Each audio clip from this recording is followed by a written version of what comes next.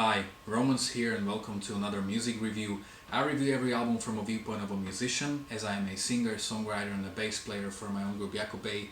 And last year we have released our debut album called Pursuits in Life. What makes it unique is that it's a pretty heavy prog rock without guitars. Instead you have drums, bass, saxophone and keyboards. You can check out two of our music videos on my YouTube channel. We're building our own monument and Fake the New Kind of Beauty, and also a studio live take of A Way to Pose.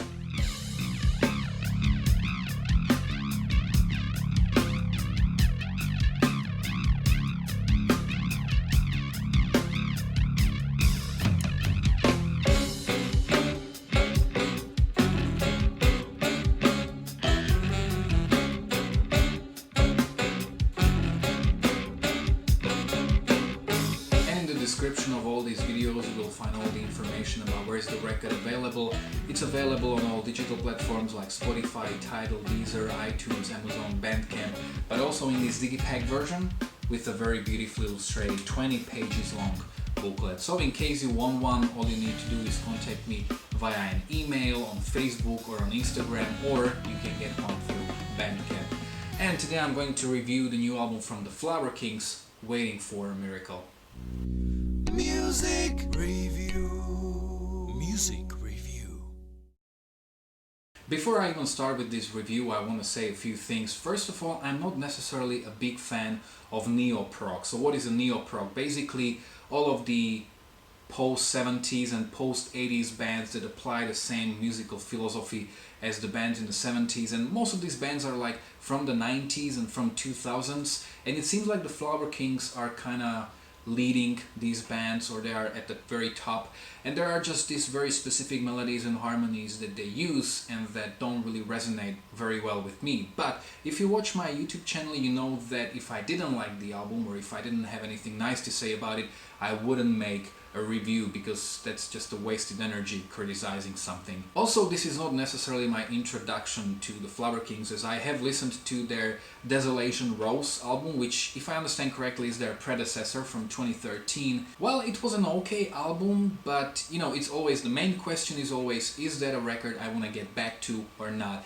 And after listening to that album, I was more on the no side. Also, this was a pretty difficult review for me to make because there's a huge amount of music I'm about to review. This album is actually 84 minutes long. So this is basically a double album, even though I don't really see it as such, because a double album kind of gives this idea that you have two albums, hence the name double album. But the CD1 is 60 minutes long, while the CD2 is around 24 minutes long. So I see that more like a very long album that is on two CDs, because it wouldn't fit on one. The album came out 2 weeks ago, and as of now I've heard it 11 times, so let's start with the review. The album opens up with an intro called House of Cards, which has a very uplifting melody, and in a way it sets the emotional tone of the album.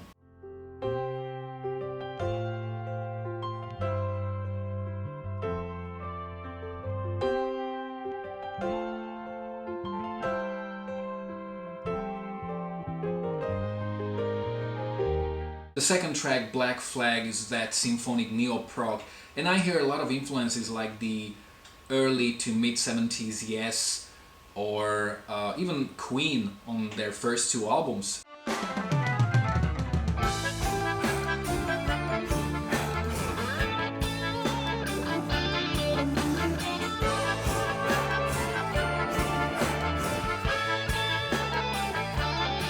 So basically, I would say the Flower Kings are very British sounding band, despite the fact that they are actually from Sweden. The only non-British influence I heard a lot on this album is Kansas. They remind me a lot of Kansas throughout the 70s. In this song there's this one really interesting dark moment which I'm always looking forward to when I'm listening to this song, and I kind of wish they did it more often, but I mean, the fact that it's only once in the song makes it stand out even more. Another schooler, looking death straight in the eye. You will never feel that much alive. There's nothing like a clean good fight. That's where the kings of the open water. Then we have two compositions which are around 10 minutes long. The first one is Miracles for America, the title track. The chorus has very uplifting melody, and yet again it reminds me a lot of Kansas. Save your miracles for America. Tell your brothers they must go carry on.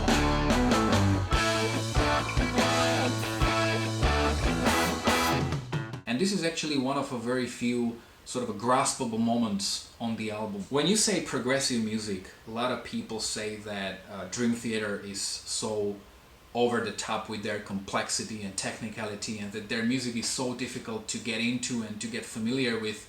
But quite honestly, Song for America may be just one of the most complicated and complex songs I've ever listened to. There are so many different instrumental parts that I kind of lost count halfway through.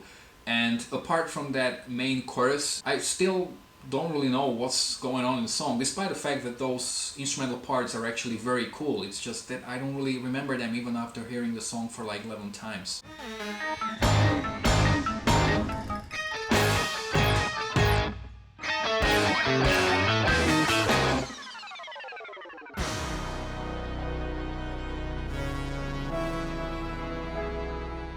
And Vertigo seems like a logical continuation of the previous song. It's also around 10 minutes long, and it's very atmospheric and gentle at the beginning.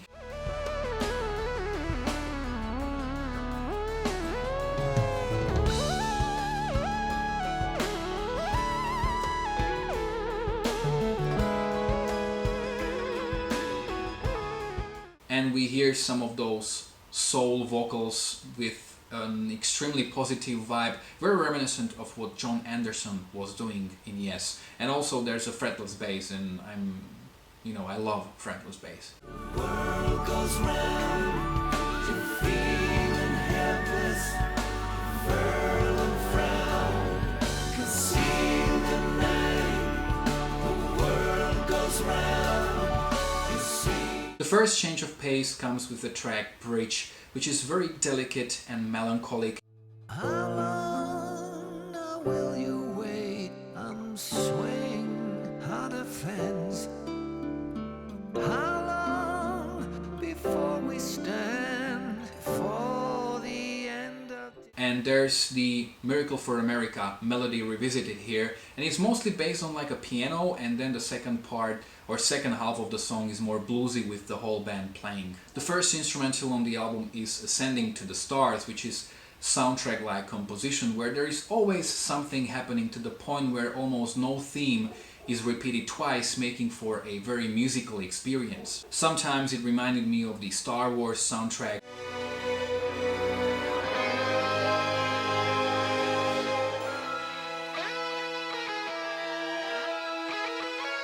Then we have those big church-like choirs.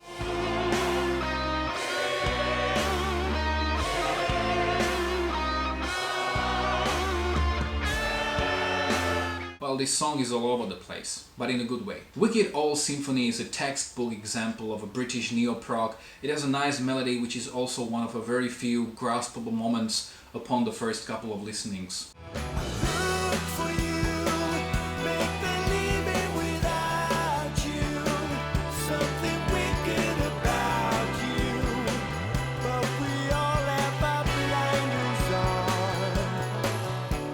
Another instrumental on the album is The Rebel Circus, which is much more in sync with the rest of the album than the previous instrumental, because it kind of sounds like the rest of the album just without any vocals. There are some of the heaviest and punchiest parts here.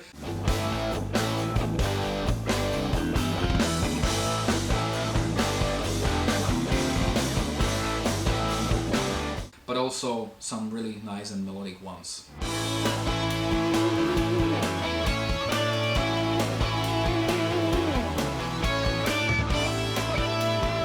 Sleep with the Enemy is like a bluesy neo-prog song, and I really like the raspy voice of the singer. And I'll hand you this world. You're just a boy, but you claim the stars, burning like fever.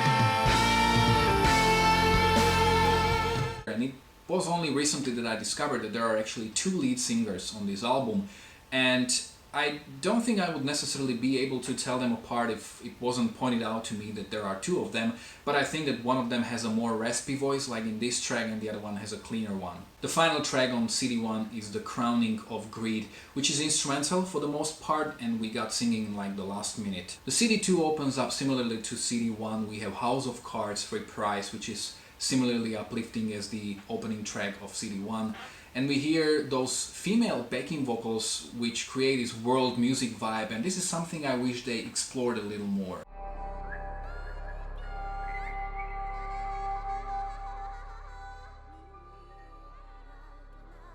Spirals is mostly instrumental, very experimental track with various sounds. It kind of reminds me of Peter Gabriel, and especially what he did on the album Up.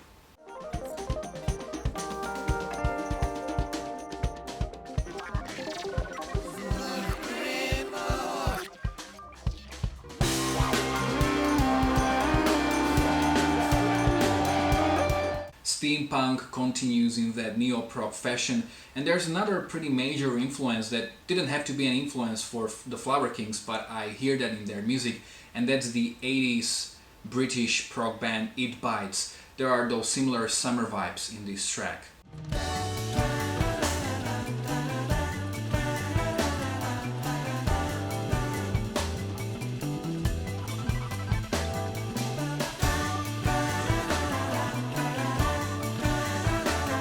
We Were Always Here is almost spiritual as a track, that's why it reminds me a lot of Yes. And it is definitely the most optimistic track on the album, and it even ends the record on a very positive note.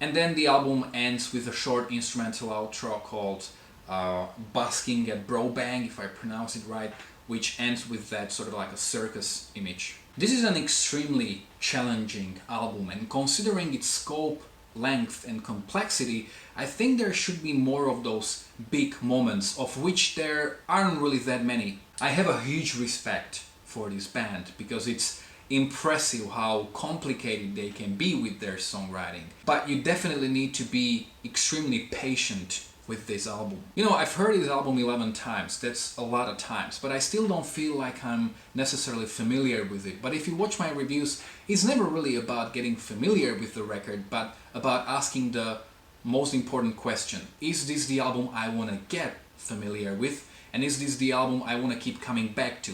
And quite honestly, upon like 9th, 10th listening of this album, I was leaning more towards a no.